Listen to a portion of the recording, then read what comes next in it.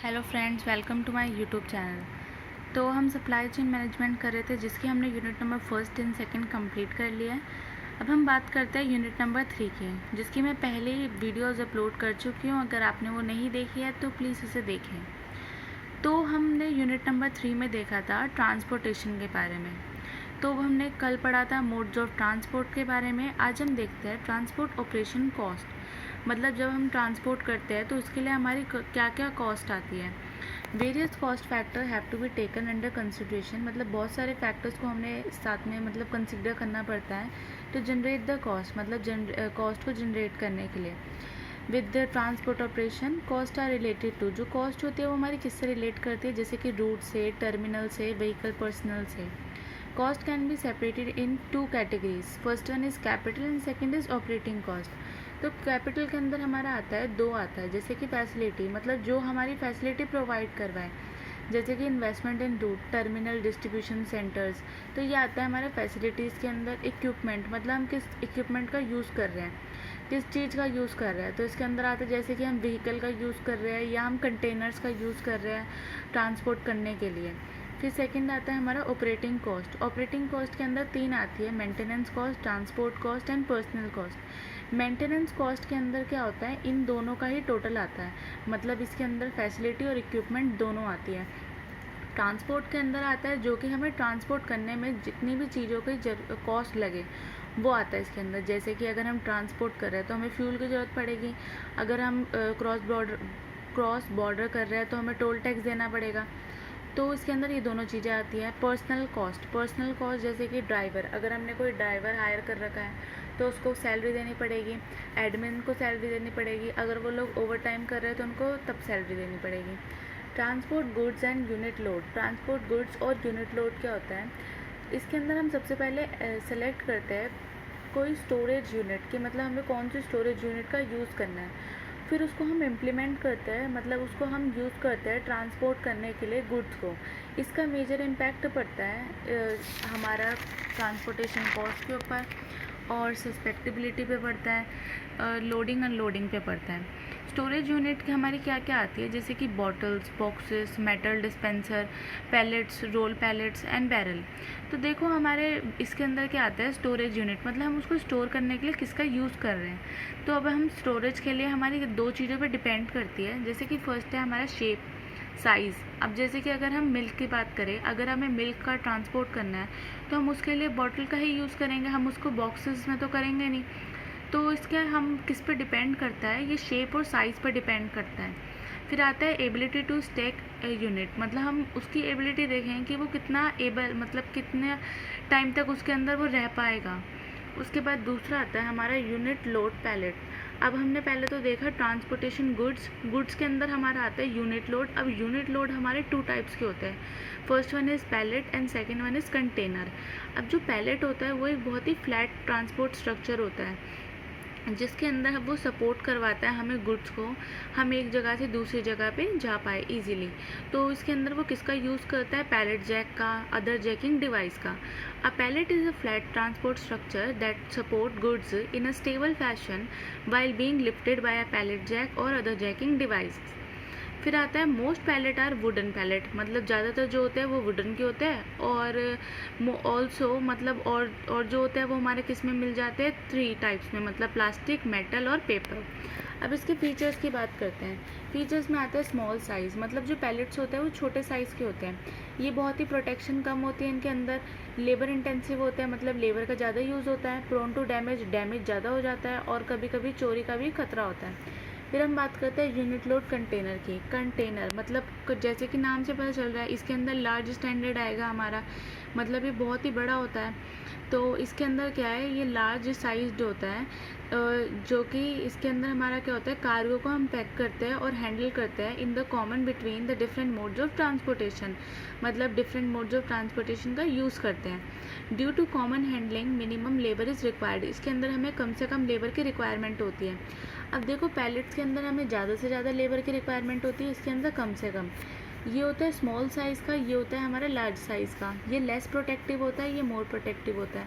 ये prone to damage and theft होता है, और इसके अंदर हमारा डैमेज और थेफ्ट होता है, दोनों के अंदर होता है। उसके बाद है containerisation mean increase and generalise use of container, मतलब इसके अंदर जो कंटेनर करके रख रहे हैं ना, उससे क्या होगा, उसकी कंटेनर करने की एफिशिएंसी भी बढ़ जाएगी। फिर दूसरा आता है हमारा, इसके अंदर उसकी एफिशिएंसी बढ़ती है, जैसे कि मल्टी मोड ट्रांसपोर्टेशन का यूज़ करते हैं। मल्टी मोड हमने हमारी लास्ट वीडियो में देखा था। इसके अंदर हमें पता चलता है कि जब हम दो और दो से ज़्यादा ट्रांसपोर्टेशन का यूज़ करते हैं तो वो होता है हमारा मल्टी मॉडल ट्रांसपोर्टेशन।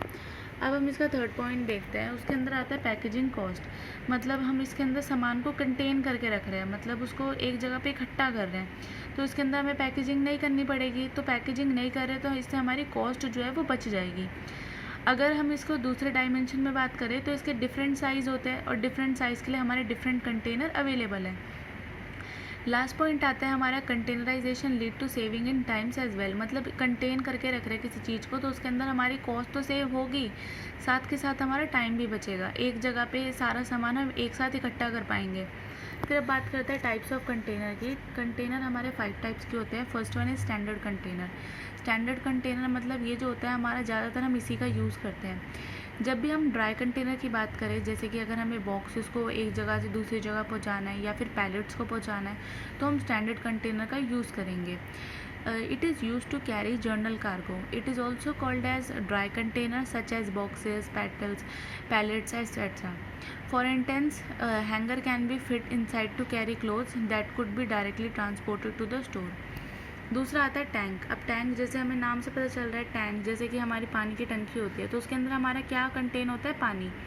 तो इसके अंदर भी हमारा क्या होता है, टैंक के अंदर हम लिक्विड को कंटेन करते हैं। It is use to carry liquid. The standard size of tank container is 20 foot. जो इसका स्टैंडर्ड साइज़ है वो कितना है, 20 फुट। ओपन टॉप मतलब जो ऊपर से खुले हुए होते हैं। It is use to carry the cargo which is very very large, मतलब जो बहुत बहुत बड़े साइज़ के होंगे उसके अंदर हम उसका यूज़ करते हैं। They are loaded from the top of container, उसको हम ऊपर से ही फिल कर देते हैं। इसके अंदर हमारे जनरली क्या क्या लेते हैं हम, इसके अंदर हमारे आते हैं pipes, steel bar, cable, iron और माइनिंग मटेरियल, लोगोस। इसके अंदर हमारा आता है ओपन टॉप कंटेनर। अब लास्ट आता है फोर्थ आता है हमारा फ्लैट कंटेनर। फ्लैट कंटेनर के अंदर क्या आता है, इसके अंदर हमारा ओपन रूफ होता है और साइड्स भी ओपन होती है। तो इसके अंदर हम वेरी हाई होता है, वेरी हाई कार्गो का यूज़ करते हैं।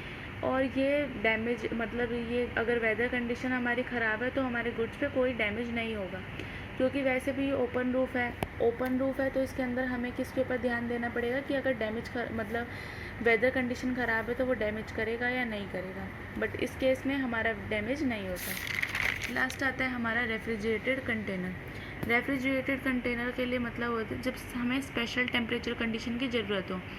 इसके अंदर इसका एग्जांपल हमारा, जब हम मिल्क की बात करें, अगर हमें मिल्क या किसी भी लिक्विड सामान को, मतलब ऐसे सामान को जिसको ठंडे रखने के लिए ज़रूरत हो, तो उसके लिए हम इसका यूज़ करते हैं। It is because it require a special temperature. फिर हमारा आता है एडवांटेजेस ऑफ कंटेनर। तो इसका क्या आता है, स्टैंडर्ड ट्रांसपोर्ट प्रोडक्ट, मतलब हमें पता है कि हमें कौन से प्रोडक्ट का यूज़ करना है, किस ट्रांसपोर्ट मोड का यूज़ करना है, तो इससे हमारा टाइम बचेगा। सेकंड है फ्लेक्सिबिलिटी, ये बहुत फ्लेक्सिबल है, अगर हमारे मार्केट कंडीशन चेंज हो रही है तो अपने आप को ईजिली चेंज कर लेगा। मैनेजमेंट, हमें पता है कि इसको हमें किस तरह से मैनेज करना है, क्योंकि जैसे हमारे 5 टाइप्स है तो हमें पता है कि हमारे किसके अंदर ज़्यादा टेम्परेचर की ज़रूरत है या किसके अंदर हमें कितना सामान डालना है, तो हमें ईजिली पता है कि इसे किस तरह से मैनेज करना है। इकोनॉमिक ऑफ स्केल्स, इकोनॉमिक्स को देख के चलता है। स्पीड, जैसे कि सबकी स्पीड क्या है, अलग अलग है, तो हम उस हिसाब से देखेंगे कि हमारा गुड्स के लिए किसकी स्पीड ज़रूरत है। वेयर हाउसिंग, अगर हमारे पास वेयर हाउसिंग की फैसिलिटी नहीं है तो इसके अंदर हम कंटेन करके रख सकते हैं, तो इसका ये भी एडवांटेज होता है। सिक्योरिटी, मतलब ये थोड़ा मतलब एज़ कम्पेयर टू पैलेट्स ये थोड़ा ज़्यादा सिक्योर्ड होता है।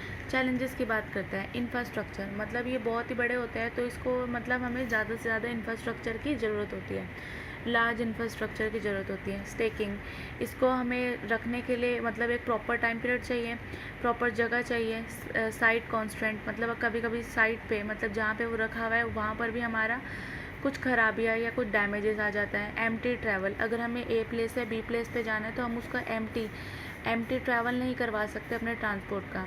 फिर है थेफ्ट एंड लॉसेस, मतलब कभी कभी इसका थेफ्ट हो जाता है या फिर लॉस मतलब डैमेजेस होने का इसमें भी खतरा रहता है, और क्योंकि कभी कभी वेदर कंडीशन ख़राब होने की वजह से इनमें से किसी पे भी इम्पैक्ट पड़ सकता है। तो आज की वीडियो में बस इतना ही, और अगर आपको मेरी वीडियोस पसंद आई हो तो प्लीज़ लाइक करें और मेरे चैनल को सब्सक्राइब